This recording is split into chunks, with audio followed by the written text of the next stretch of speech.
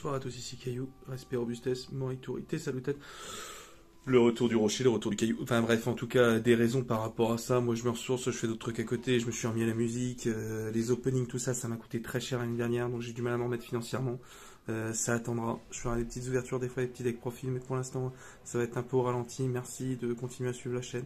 Je sais que c'est pas facile et que je suis pas un cadre du milieu, mais j'essaye de mettre de la bonne humeur là où je peux. Et toujours est-il, enfin voilà. Après, moi, je continue à jouer un petit peu.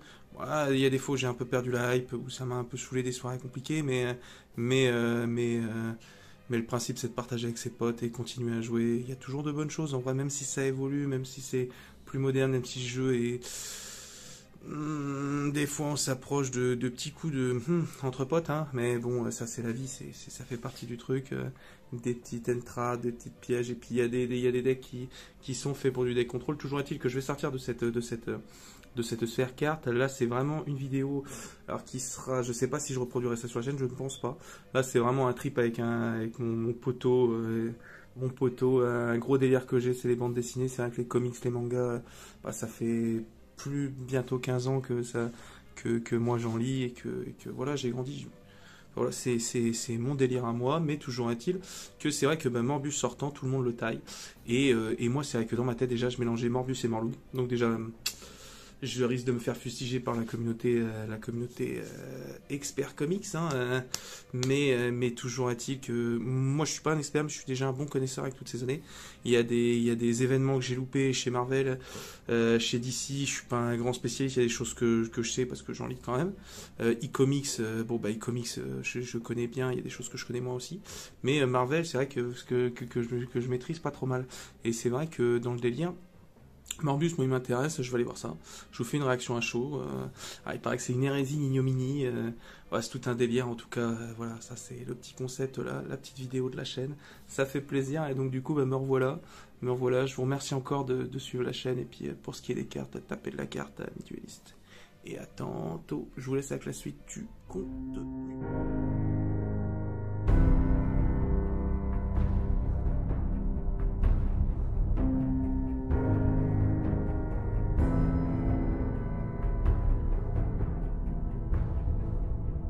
Bonsoir à tous, donc sortie de cinéma.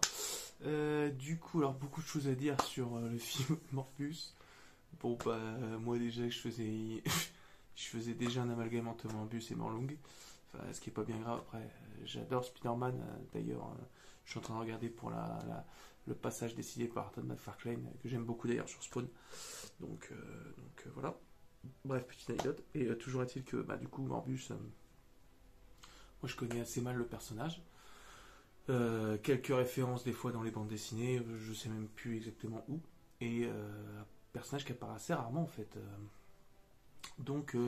Voilà, donc on commence sur un. Enfin, on va dire, je vais essayer de différencier spoil et pas spoiler, on va dire sans spoil.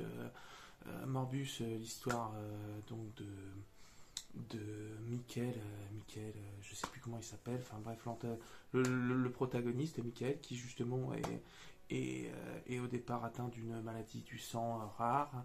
Il se retrouve dans un espèce d'hôpital prévu justement pour des enfants qui sont atteints de cette maladie. Et donc brillant, il devient médecin, il crée du sang synthétique, et donc à partir de là, il cherche un remède à justement sa maladie toute sa vie. Il y a un passage avec les chauves-souris, sans vouloir vous spoiler, vous verrez bien. Et donc voilà, le film, de départ, le pitch de départ est vraiment intéressant. Bon bah Jared Leto, pour le coup, qu'on a pu voir dans Suicide Squad, moi que j'ai adoré dans Requiem for a Dream. Voilà, son rôle de Joker était dispensable, mais dans Requiem for a Dream, il est juste dantesque. On revoit aussi l'acteur Tyrese Gibson qui joue l'inspecteur qui jouait dans les Fast and Furious. Bon bah c'est pareil, il joue ce qu'on lui dit de jouer, c'est pas non plus transcendant, mais bon, c'est stylé, il tient son rôle. Et Jared Leto, bah, pour le coup, pas de réplique non plus dramatique, pas de tiraillement de personnage, donc c'est vrai qu'on reste un peu sur sa fin. Des fois, il y a des pertes de rythme, on va dire, enfin, l'intrigue avec sa collègue plus ou moins, enfin sa collègue doctoresse justement, et puis son ami qui le finance pour ses recherches et qui en fait bah, essaye de profiter de la situation et il se passe quelque chose. Donc on va dire qu'on est toujours dans la partie sans spoil. Donc enfin voilà, c'est pas non plus si Sony comptait là-dessus pour faire un Sonyverse. Bon bah Venom 1 et Venom Carnage, bon bah ça passait. Même si Carnage aurait pu être un poil violent, un petit coucou à Liamounou des Mugiwara, mon petit poteau qui voulait absolument que je fasse cette vidéo, donc tu vois, au final je l'ai fait. Et Morbus, voilà, c'était kiffant d'aller le voir. Après, ils ont mis l'accent sur le personnage, mais rien de bien ouf, rien de bien ouf. Donc on va passer à la partie, on va dire spoil, à partir de là, donc à partir de là, si vous voulez quitter, je vous laisse encore 10 petites secondes pour penser et peut-être vouloir aller voir le film ou le voir en DVD Blu-ray plus tard. Donc on va faire un petit décompte. 10, 9, 8, 7, 6, 5, 4, 3, 2, 1, spoil, direct. Donc à partir de là, Jared Leto, enfin, du coup Michael va trouver un espèce de remède. Donc le remède, c'est de coupler l'ADN avec l'ADN de chauve-souris vampire. Bon, bah dans l'idée, le concept est sympa. Après, toute la découverte de son pouvoir, son système olfactif, enfin, système olfactif, c'est le nez, qu'est-ce que je raconte? L'écolocalisation, tout ça, enfin, c'est stylé. Au niveau des effets spéciaux, le fait où il pète un câble, c'est plutôt pas mal, c'est plutôt pas mal juste là. Et après, on arrive justement sur le côté où il étudie le truc, il se rend compte que c'est une espèce de malédiction. Et enfin, c'est pas une malédiction, mais du fait que il y a un grave handicap à son remède en fait. Et après, il y a tout le délire justement avec son pote qui, lui, s'en fout complètement que ce soit ça. Lui, il veut juste vivre parce que leur maladie fait qu'ils vont mourir très vite et qu'ils sont très affaiblis. Ça, au niveau du maquillage, GG, les effets spéciaux, GG. Après, trop de, on va dire, d'effets où on voit des espèces enfin, je sais pas, l'air qui se déplace, tout ça. Trop, ce qui fait qu'on a l'impression qu'on voit plus tellement le déroulement de l'action, et c'est assez dommage en fait, c'est assez dommage. Après, de temps en temps, des petites transitions entre, par exemple, la transition du départ où il est en train de capturer les chauves-souris et la transition où tu as un espèce de flashback. Enfin, la transition, hein, c'est pas dégueulasse, mais bon, le truc où justement, ce petit rond, paf, c'est un peu violent. Au niveau de la transition, est vraiment pas plus étudié que ça. Je trouve que c'était un peu dommage. Enfin, moi, ça m'a frappé. Et après, le jeu d'acteur est pas mauvais, c'est juste que enfin, c'est pas non plus étudié pour être transcendant en fait. Je pense au niveau de la mise en scène, il y avait peut-être d'autres choses, peut-être des petites parties à écrire le film. Je pense que je dis ça en tant que néophyte, j'ai aucune, on va dire, référence professionnelle, on va dire, au niveau du cinéma. Moi, j'ai ma culture au niveau film, série, voilà, enfin, pas mal de choses. BD, pareil, BD, livres, romans. Enfin, je peux pas passer une journée sans lire et mater des séries et des films. Enfin, ça fait partie de mon quotidien aussi. Et c'est vrai que ben là, Morbus, il aurait pu y avoir autre chose, on va dire. Enfin voilà, sans vouloir vous donner envie ou pas envie d'aller le voir, toujours est-il que il est plutôt sympa comme film, trop d'effets, trop d'effets.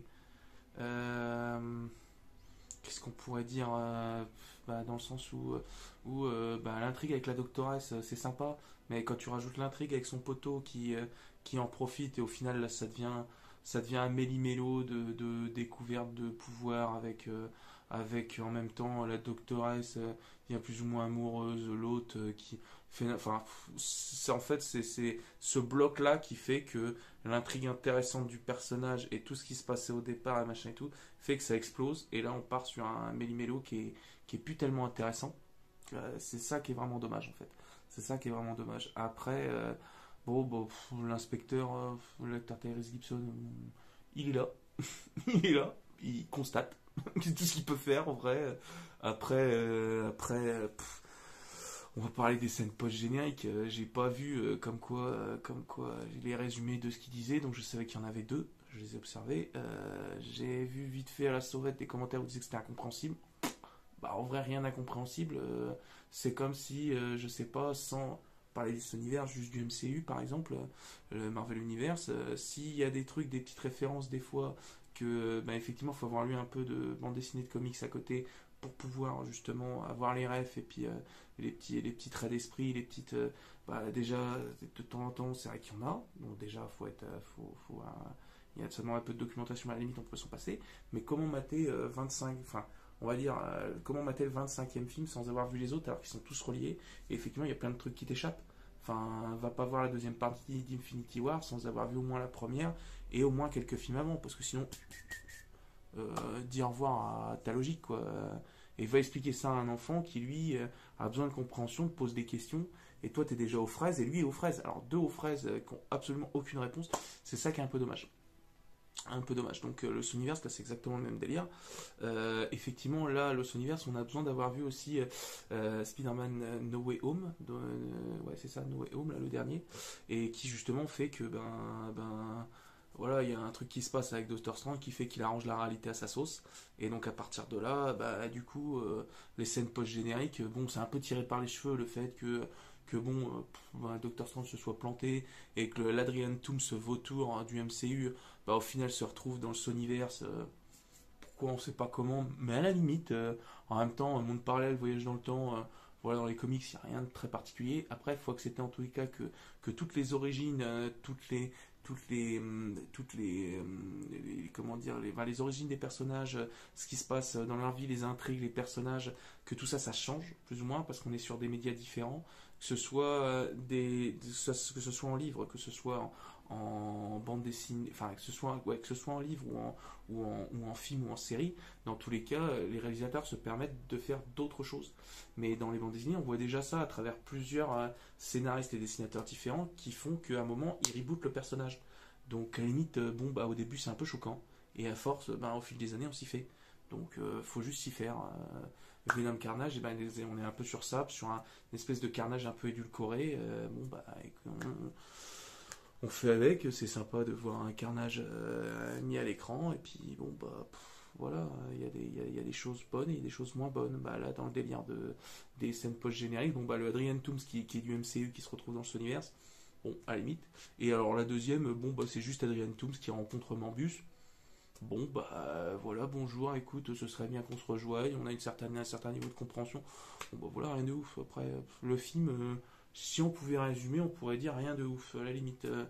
Mais enfin voilà, en tout cas, l'analyse à chaud du film, tout en étant non cinéphile, expert, film d'auteur, voilà, juste des connaissances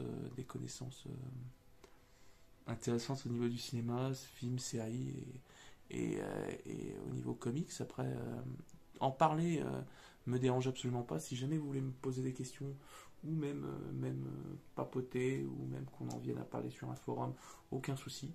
Je me tiens à disposition. En tout cas, prenez soin de vous. Alors là, je vais repartir sur Ami Dueliste parce qu'effectivement, c'est ma chaîne au départ, c'est une chaîne de cartes. Et je m'y remets bientôt dans tous les cas. Et peut-être que je referai des petites analyses de films comme ça.